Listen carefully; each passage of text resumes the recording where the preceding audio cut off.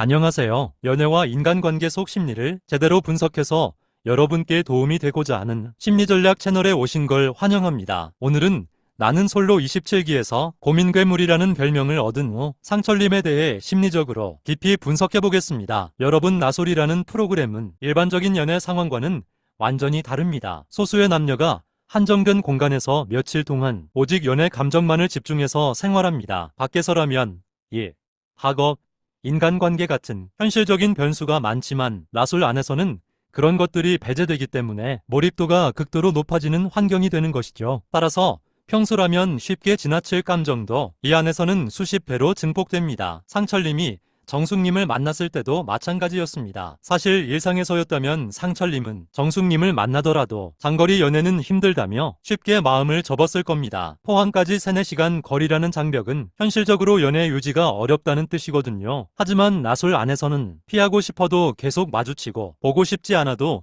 대화가 이어집니다. 게다가 주변에서 정숙님 이야기가 계속 들리니 상철님은 혼란스러울 수밖에 없었죠. 특히 정숙님의 패딩 플러팅은 상철님에게 큰 설렘으로 다가왔습니다. 머리로는 아니다 하면서도 감정은 이미 흔들리고 있었던 겁니다. 외적으로는 정숙님에게 더 끌렸지만 상철님은 동시에 옥수님에게도 마음을 기울였습니다. 그런데 문제는 옥수님의 성격적 스타일이었습니다. 아직 연애가 시작되지 않았는데도 다그치거나 불평하는 모습은 남자들에게 피곤하다 신호로 다가옵니다. 남자의 심리는 기본적으로 자유로움 속에서 다가가는 걸 선호하는데 옥수님은 상철님을 재촉하는 쪽에 가까웠죠. 만약 옥수님이 정숙님처럼 살짝 밀고 당기는 전략을 썼다면 상철님도 쉽게 빠져들 수 있었을 겁니다. 하지만 현실은 달랐습니다. 상철님은 고민에 고민을 거듭했습니다. 머리로는 정숙님이 장거리이고 다른 남자들에게도 여지를 주는 모습 때문에 배우자감은 아니라고 판단했지만 마음은 계속 흔들렸던 겁니다. 결국 상철님은 차라리 옥순을 선택하자며 스스로를 세뇌하기 시작했습니다. 자주 만날 수 있고 현실적인 조건이 맞으니까요. 하지만 여기서 중요한 심리 포인트가 있습니다. 머리로 하는 선택과 마음으로 끌리는 선택은 다르다는 점입니다. 상철님은 머리로는 옥순을 택했지만 마음속 깊은 곳에서는 여전히 정숙님이 남아있었던 거죠. 그런데 213화에서 여자들의 선택이 있었고 정숙과 옥순은 상철을 선택합니다. 이날 이미 옥순으로 마음을 굳혔던 상철님은 데이트 내내 옥순님에게 신호를 주었지만 옥순님은 이미 자신감이 떨어져서 눈치채지 못했습니다. 왜냐하면 상철님이 그동안 깊은 고뇌에 빠져 있었고 옥순이 목격할 때마다 상철과 정숙이 함께 있었기 때문입니다. 이 부분이 아주 중요합니다. 연애에서 상대가 나에게 마음을 주는 듯 하면서도 시선은 다른 곳에 머무르면 그 작은 눈빛 하나에도 사람의 마음은 위축되기 마련입니다. 그러나 눈치 빠른 정숙님은 달랐죠. 데이트 내내 상철님이 옥순에게 향했다는 것을 눈치채고 정숙님은 표정이 싸늘해졌습니다. 눈치가 빠른 정숙님은 곧바로 상황을 파악합니다. 상철이 감히 나를 선택하지 않았구나. 정숙님은 다른 여자들처럼 미련을 두지 않고 곧장 복수 모드로 들어갑니다. 슈퍼데이트권을 열심히 따려 할 때 정숙님의 표정은 비장했습니다. 마치 상철, 두고 봐.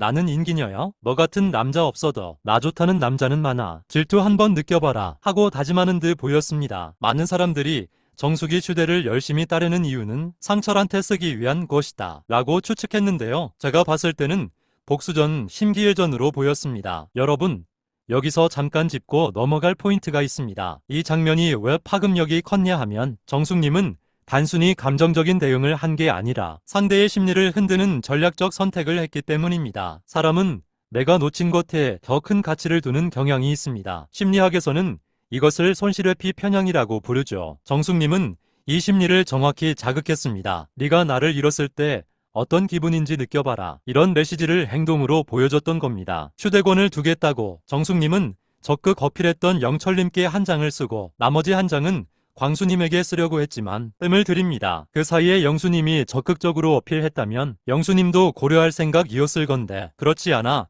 광수님에게 씁니다. 그래서 결국 정숙님은 영철과 광수에게 휴대폰을 씀으로써 많은 효과를 얻었습니다. 상철도 나 선택했던 정숙이 혹여나 나한테 사용하면 어쩌지. 김칫국을 마셨을 테고 영수는 나머지 한 장은 나한테도 쓰지 않을까? 내심 기대했을 건데 막상 이렇게 두 장을 쓰게 되면서 상철과 영수님으로부터 질투심 유발 작전이 성공했습니다. 영수님이 조급해지고 결국 뒤늦게 급발진하면서 정숙님에게 매달리게 되는 흐름이 연출됐죠. 정숙님은 여유를 되찾았고 플러팅을 통해 분위기를 자신에게 유리하게 끌고 갔습니다. 이때 화장실 플러팅도 화제가 됐죠. 영수는 자신이 화장실 갔다 오는 사이에 정숙이 혹시라도 자리를 떠날까 두려워 잠깐 화장실 다녀올 테니 기다려 달라고 합니다. 이를 간파한 정숙은 자연스런 화장실 플러팅을 발사하는데요. 화장실 따라가도 돼? 라며 아주 자신감 있는 플러팅을 하죠. 이게 플러팅이냐 아니냐 말도 많았는데 제가 보기에는 정숙이 여러 남자를 만나보며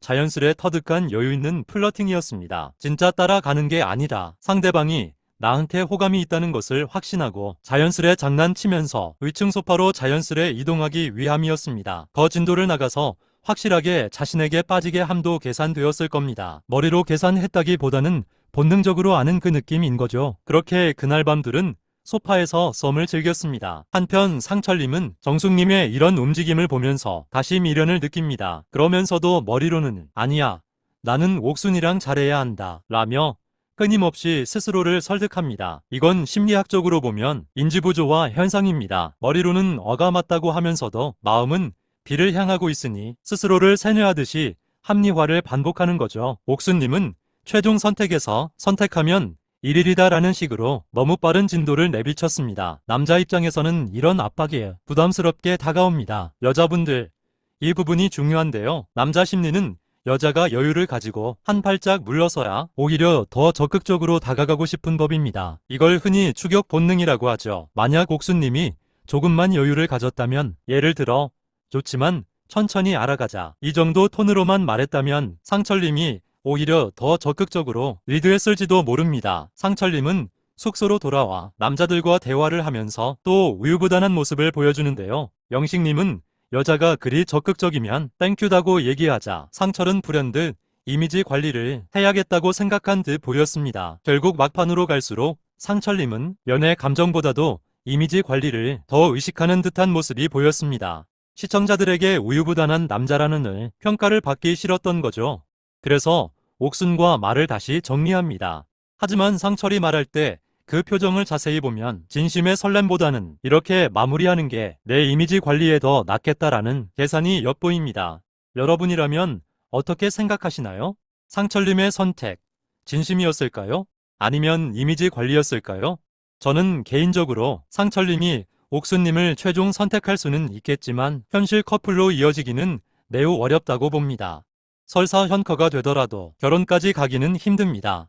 이미 상철님은 옥순님을 내 최적의 여자라고 느끼지 못하고 있기 때문이죠. 오늘은 이렇게 27기 나솔 상철님의 심리 분석을 해드렸습니다. 여러분의 생각은 어떠신가요? 댓글로 남겨주시면 같이 얘기해보면 좋겠습니다. 오늘 제 영상이 공감되셨다면 구독과 좋아요 부탁드립니다. 감사합니다.